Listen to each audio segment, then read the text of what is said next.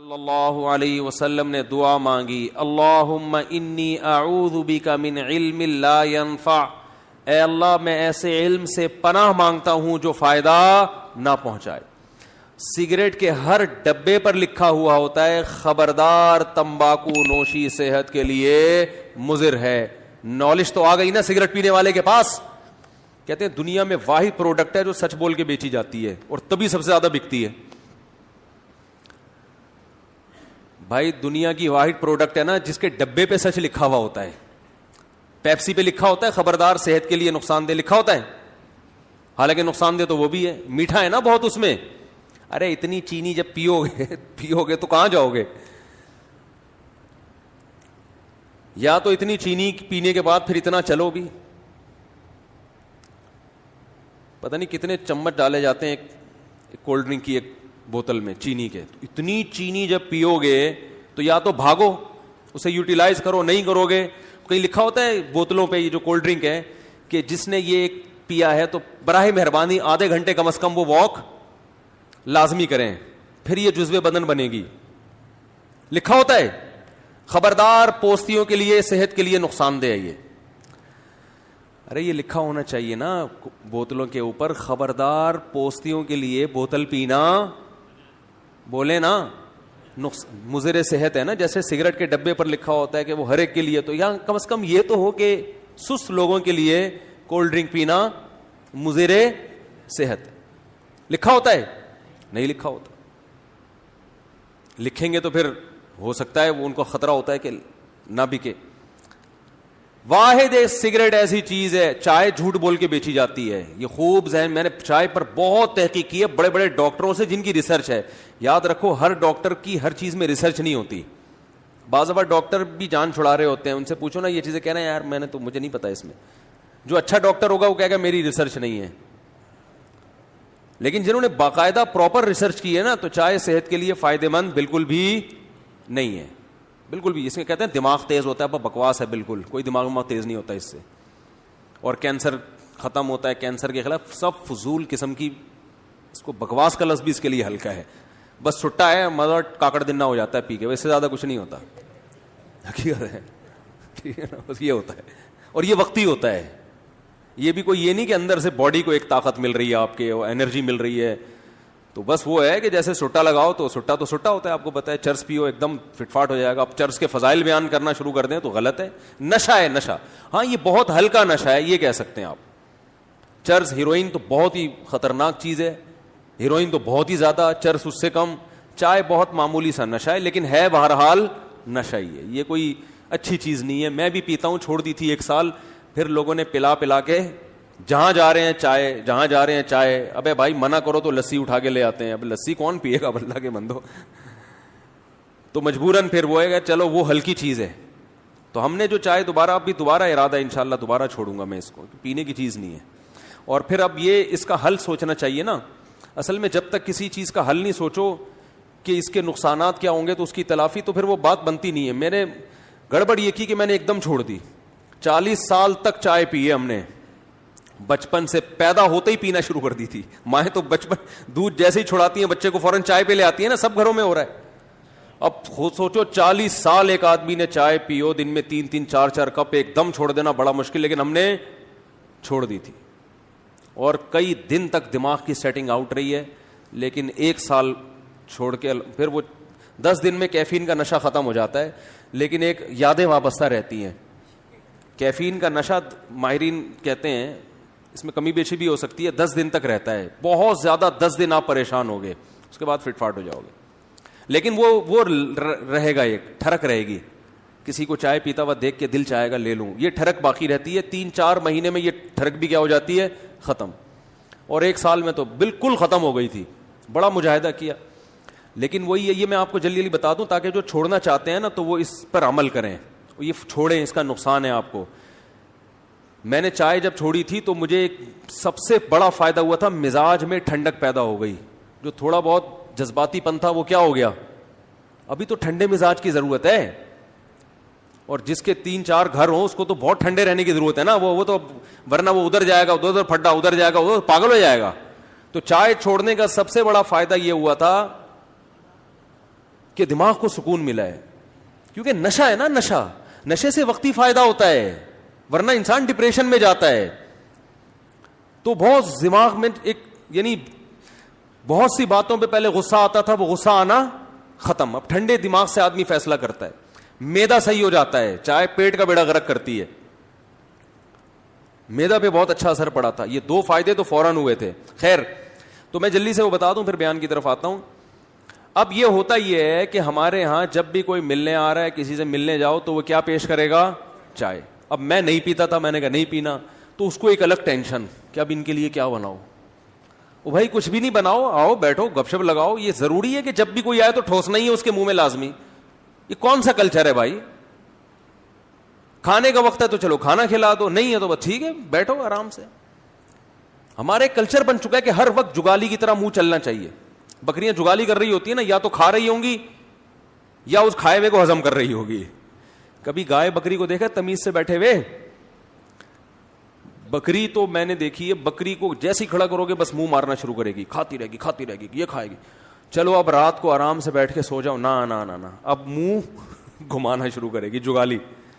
تو آج بھی انسان کا یہی حال ہے, ہر وقت اس کو کیا چاہیے؟ زبان کا ذائقہ. تبھی تو چائے کا ایک نقصان یہ ہوتا ہے, روزہ نہیں رکھ سکتا آدمی. یہ بڑا نقصان ہے. جو لوگ نشے کے عادی ہوتے ہیں, چائے, نسوار, پان, گٹکا, روزہ بہت ٹف ہوتا ہے ان پہ.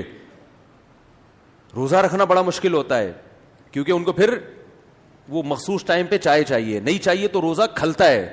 تو چائے چھوڑنے کا بڑا فائدہ یہ ہوا تھا مجھے کہ روزے دڑا دڑ بڑے آسان ہو گئے تھے. سمجھ رہے ہیں؟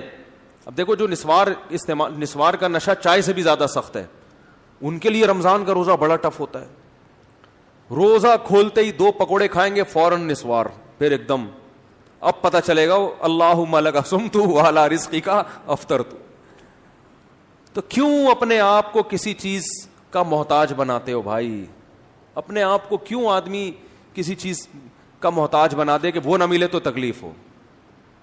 تو یہ نہیں ہونا چاہیے. خیر, تو اب جہاں بھی جا رہے ہیں چائے, منع کریں تو بھئی کچھ تو کھلانا ہے. مفتی صاحب آئے ہیں, یہ بیان میں ذکر کر دیں گے کچھ نہیں کھلایا انہوں نے, تو وہ لسی لے کر آ رہا ہے, اتنا بڑا گلاس لسی کا. ابے بھائی اس کو کون ہضم کرے گا؟ پھر وہ کوئی جو ہے وہ کوئی کافی لے کر آ رہا ہے, وہ تو چائے سے بھی زیادہ خطرناک ہے کافی, وہ تو اس میں تو زیادہ کیفین ہوتی ہے. تو پھر ہم نے کہا یار وہی ٹھیک تھا. ٹھیک ہے, کیا تھا؟ اب کبھی ہم کہہ رہے ہیں ادرک کا قہوہ بنا دو, تو وہ ادرک گھر والوں کو مل نہیں رہا, بنایا تو اتنا ادرک ڈال دیا کہ وہ تو آنتوں کو گلا دے گا بھائی یہ ادرک, کیونکہ عادت نہیں ہے لوگوں کو کتنا ڈالنا ہے اس میں. تو اب بہت پھر وہ دوبارہ ہی ہو گیا حساب کتاب. پھر آپ کو پتہ ہے جب ایک دفعہ دوبارہ شروع ہو پھر چھوڑنا بڑا مشکل ہے. چھوڑوں گا انشاءاللہ, یہ اس کا باپ بھی چھوڑے گا. یہ چائے پینے کی چیز نہیں ہے.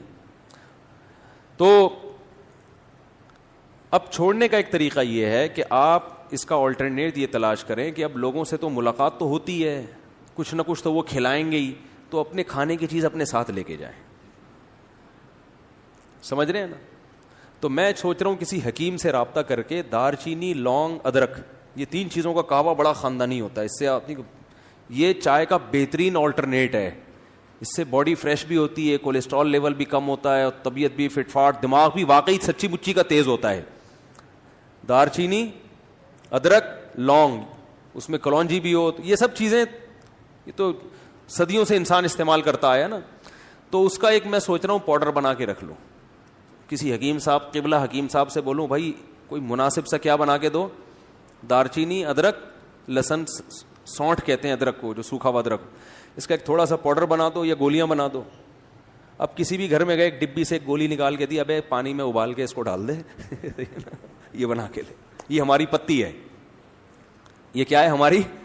آپ نے چائے اگر پلانی ہی ہے تو یہ لیں اور اسے پانی میں بوائل کر کے لے آئیں. ہم اپنی پتی اپنے ساتھ, جیسے شوگر کے مریض اپنی شوگر اپنے ساتھ لے کے گھوم رہے ہوتے ہیں نا, اور یہ دودھ پتی بھی ہے, اس کو دودھ میں ڈال کے پی لو تو دودھ پتی کا مزہ آئے گا, اور اس سے آپ کو فریشنس وہی حاصل ہوگی جو کس سے ہوتی ہے, چائے سے, اس سے بھی زیادہ, اور وہ واقعی ہوگی.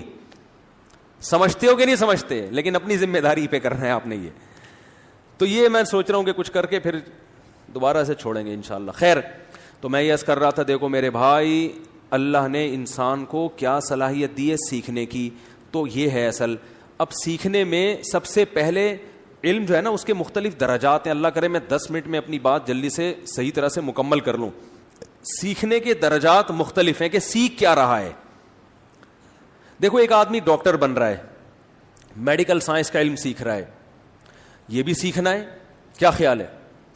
اور ایک آدمی مٹی کے برتن بنانا سیکھ رہا ہے, مٹی کے برتن بنانا سیکھ رہا ہے, یہ بھی سیکھنا ہے نا. لیکن فضیلت کس کی ہے؟ معاشرے میں عزت کس کو زیادہ ملے گی؟ بول لو کیا ہو گیا؟ ڈاکٹر کو. یار یہ زیادہ مٹی کا برتن ٹھیک ہے, لیکن وہ نہ ملے تو کوئی ٹینشن نہیں ہے, یہ تو فیکٹریوں میں ویسے ہی اتنا کچھ بن رہا ہے. اور وہ بھی سیکھنا پڑتا ہے. میں اور آپ مٹی کے برتن نہیں بنا سکتے, لیکن میڈیکل سائنس کی فضیلت بولو زیادہ ہے. کیونکہ بھائی یہ ایسا علم ہے جس سے انسان کو حیات اور زندگی ملتی ہے. تبھی لوگ ڈاکٹروں کی عزت ایک کمار سے زیادہ کرتے ہیں. کمار جو مٹی کے گھروندے بناتے ہیں, اور پیسہ بھی ان کو زیادہ ملتا ہے ڈاکٹروں کو. تو یاد رکھیں انسان کی فضیلت سیکھنے. اچھا, سیکھنے میں کچھ چیزیں ایسی ہوتی ہیں جن کا سیکھنا فضیلت نہیں ہے, بلکہ وہ اور آپ چرس بنانے کا طریقہ سیکھ رہے ہیں. بولو نا یار, یہ بھی تو سیکھنا ہی ہے نا. تو اس سیکھنے کی وجہ سے انسان کو فضیلت ملے گی؟ نہیں ملے گی نا. یہی ہے جیسے لیپ ٹاپ میں آپ نے ایک سافٹ ویئر ڈال دیا, اور وہ سافٹ ویئر کیا کر رہا ہے کہ وہ بہترین جوا کھیلنے کا ایک ذریعہ ہے. وہ ایسے بھی تو پروگرام ڈلتے ہیں نا, اس میں بیٹھ کے آپ پب جی کھیلو, آپ جوا کھیلو.